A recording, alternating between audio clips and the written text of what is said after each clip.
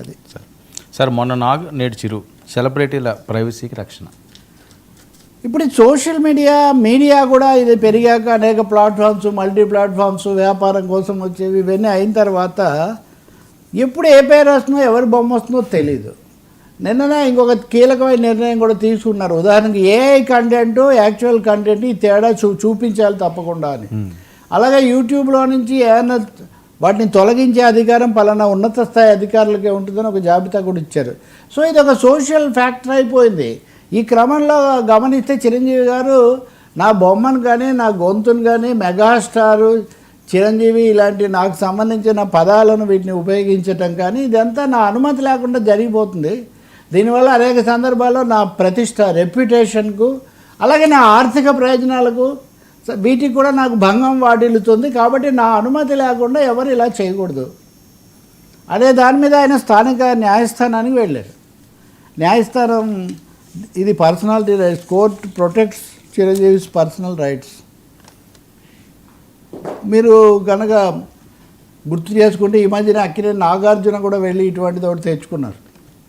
అంతకుముందు ఐశ్వర్యరాయ్ ఒక పెద్ద జాబితా ఉంది. అలా చెప్పాలంటే కనుక ఆ జాబితాలో అమితాబ్ బచ్చన్ ఉన్నాడు, రజనీకాంత్ ఉన్నాడు, అక్షయ్ కుమార్ ఉన్నాడు, హృతిక్ రోషన్, కుమార్ సాను, అజిత్ సింగ్, ఆశా భోస్లే, ఐశ్వర్యరాయ్ ఇలా ఒక పెద్ద లిస్టు.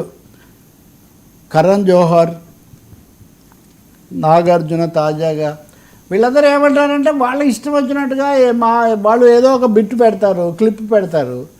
దానికి మా శాంక్షన్ ఉండదు. అది మీరు ఏం తయారు చేస్తున్నారో, మీరు ఎందుకు వాడుతున్నారో తెలియదు. కానీ మీరు అందులో వాడడం వల్ల దానికి మేము భాగస్వాములము అవుతున్నాం. మా మీద రకరకాల అభిప్రాయాలు ఏర్పడుతున్నాయి. దాన్ని మీరు వాణిజ్యానికి వ్యాపారాలకు కూడా మీరు వాడుతున్నారు. ఇళయరాజా సంగతి మనకు తెలుసు కదా, చాలాసార్లు ఆయన రాగాలు వాడుకోవచ్చా లేదా, ఆయన నిరంతర ఈ పోరాటం చేస్తుంటారు. అదొక తరహాకు చెందింది. అంటే వ్యక్తిగత స్వేచ్ఛ, భావ ప్రకటన స్వేచ్ఛ, లేకపోతే సమాచారాన్ని వాడుకోవటం అదంతా ఓకే. కానీ మీ ప్రయోజనాల కోసం మీరేమి ప్రజాసేవ కోసం చేయడం లేదు కదా. మీరు చేసేది ఏదైనా ప్రజా విజ్ఞానానికో లేకపోతే ప్రజలకు సహాయానికో కాదు కదా. మీరు ఒక కమర్షియల్ మసాలా ప్లాట్లు, మసాలా ఇవి చేసుకుంటున్నప్పుడు మా బొమ్మలు, మాకు సంబంధించిన రెఫరెన్స్లు, మాకు సంబంధించిన అంశాలు, ఆఖరికి మా పిల్లలు, మా వ్యక్తిగతమైన ఫంక్షన్లు వీటిని కూడా వాటిలో వాడుతున్నారు. కాబట్టి అనాథరైజ్డ్ యూజ్, అనధికారికంగా వీటిని వాడుకోకూడదు అని కేసు వేశారు. కేసు విచారణ ఇంకా పూర్తి కాకముందే మీరు ఈ విచారణ అంతా చేయడం అంటే చాలా సమయం పడుతుంది కదా, మధ్యంతర ఉత్తర్వులు ఇవ్వండి అని కూడా అడిగితే కోర్టు ఇప్పుడు మధ్యంతర ఉత్తర్వులు ఇచ్చింది. ఇంతకుముందు నాగార్జునకి ఇచ్చారు. ఇట్లాగే మధ్యంతర ఉత్తర్వులు ఇవ్వడం మామూలుగా ఇవ్వరు కదా. నిజంగా ఈ డ్యామేజ్ జరుగుతుంది వీళ్ళకు, సెలబ్రిటీలకు, పబ్లిక్ ఫిగర్స్కు.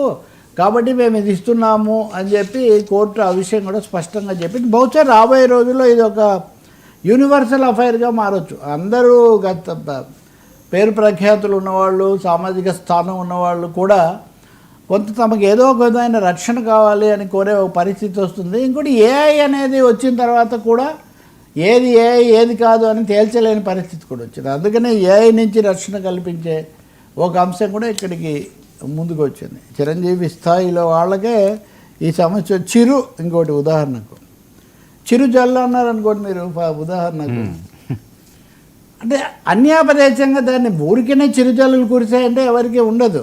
కానీ మీరు సినిమాల గురించో లేదా సోషల్ మెసేజ్ ఇండైరెక్ట్గా చెప్పడం కోసం మీరు చిరు అనే పదం వాడి అటు ఇటు పెడితే అంటే ఖచ్చితంగా ఇది అవుతుంది. కాబట్టి సరే, ఇది ఇంకా నిర్వచనం వచ్చి పూర్తి తీర్పు వచ్చినప్పుడు ఏమేమి చెప్తారనేది ఎలా ఉన్నా కానీ ప్రైవసీ, వ్యక్తుల యొక్క ప్రైవసీ, రైట్ టు ప్రొటెక్షన్ అన్నది మటుకు ఇక్కడ రాబోతూ ఉంది. అది కలుగుతుంది. ఇంత కీలకమైన ఇంకా మిమిక్రీలు ఇలాంటివి కూడా ఇంకేం చేయకూడదు. ఇంకా చిరంజీవి గారికి సంబంధించి ఆయన పాటలు పాడడం కానీ అది పూర్తిగా అంటే గుడ్ ఫెయిత్లో ఫెయిర్గా చేసిన వాటిని వాళ్ళు కూడా ఏం అనరు అనుకుంటానండి. కానీ మీరు కమర్షియల్గా చేసినప్పుడు ఇప్పుడు ఇళయరాజా కూడా ఏమంటాడు, మామూలుగా మీరు ఇంట్లో పాడుకుంటే ఆయన ఏమన్నాడు.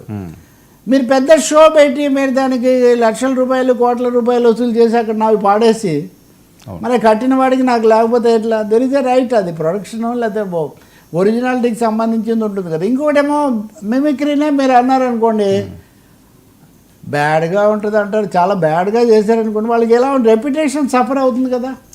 కాబట్టి ఉద్దేశం మంచిదా కాదా, పబ్లిక్ ఇంట్రెస్ట్ ఉందా, ప్రైవేట్ ఇంట్రెస్టా, లాభాల కోసం ఉందా, ఆర్థిక నష్టం అని కూడా ఆయన అంటున్నారు కదా. ఇప్పుడు ఉదాహరణకి ఈ మధ్యకాలంలో సినిమాలు వాటికి సంబంధించినవి ఆ మీమ్స్ ముందే రావటం, కథలు లీక్ చేయడం, ఏదో ఒక డైలాగ్ పెట్టడం, ఇలా చెప్పేసరికి ఆ రాబోయే దాని మీద కూడా దీని ప్రభావం పడుతుంది. అంటే దీని మీద అదుపు లేదు కదా. ప్రాథమిక హక్కుగా సమాచార స్వేచ్ఛ, విమర్శన స్వేచ్ఛ వేరు, వినియోగ స్వేచ్ఛ ఇంకొకరికి సంబంధించిన దాన్ని విశృంఖలంగా వాడే స్వేచ్ఛ లేదు కదా. ఇప్పుడు మీ ఫోటోని నేను తీసుకొని ఇవి మనమేమో ఆ స్థాయి కాదనుకోండి, నేను ఇష్టం ప్రకారం పెడతానంటే అది ఎలా కుదురుతుంది? నిన్ననే తమ్మారెడ్డి భరద్వాజ్ కూడా ఒక విమర్శ ఒకటి పెట్టాడండి, సారీ కూడా చెప్పాడు, నా టీం అలా చేసి ఉండాల్సింది కాదని. ఏమని ఆయన ఒక వ్యాఖ్య చేశాడు, ఫిలిం జర్నలిస్టులు వేసే ప్రశ్నలు ఇవన్నీ మధ్య మరీ సరిగ్గా లేవు, పిచ్చి పిచ్చిగా ఉన్నాయి, వీటిని కొంచెం కంట్రోల్ చేసుకోవాల్సిన అవసరం ఉంది. ఇట్లాంటి సలహా ఆయన ఒకటి ఇచ్చాడు. నిర్మాతల గురించి మనం మాట్లాడాం కదా. అయితే ఆయన చెప్పిన దాంట్లో ఏ పేరు వాడలా, కానీ దీనికి పెట్టిన తంబులో మటుగా ఒక డజన్ మంది మీడియా వాళ్ళ ఫోటోలు పెట్టారు.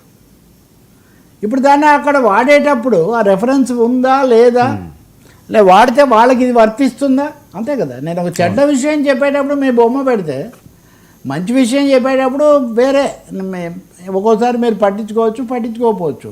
కానీ చెడ్డని గురించి చెప్పడానికి, ఎవరినో ఎగతాళి చేయడానికి, అపహాస్యం చేయడానికి, లేకపోతే ఒక విధంగా ప్యారడీలు మిమిక్రీలు చేస్తున్నప్పుడు మీరు బొమ్మలు వాడితే, ఇప్పుడు అదే మనం వింటుంటాం కదా మిమిక్రీలలో కూడా, భోజనానికి వెళ్తే ఇదేందని, ఇదొకటి అన్నారు, ఇంకొక ఆయన పిరికిగా భయపడిపోయాడని, ఇంకొక ఆయన అర్థం లేని మాటలు మాట్లాడని, అవన్నీ మిమిక్రీ చేస్తే అది అట్లా అన్నమాట.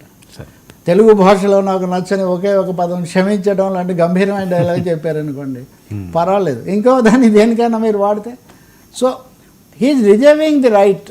ఇప్పుడు ఇందులో 34 మంది ప్రతివాదులు ఉన్నారు వాస్తవంగా, వాళ్ళందరికీ కూడా కోర్టు నోటీస్ ఇచ్చారు. Sir YS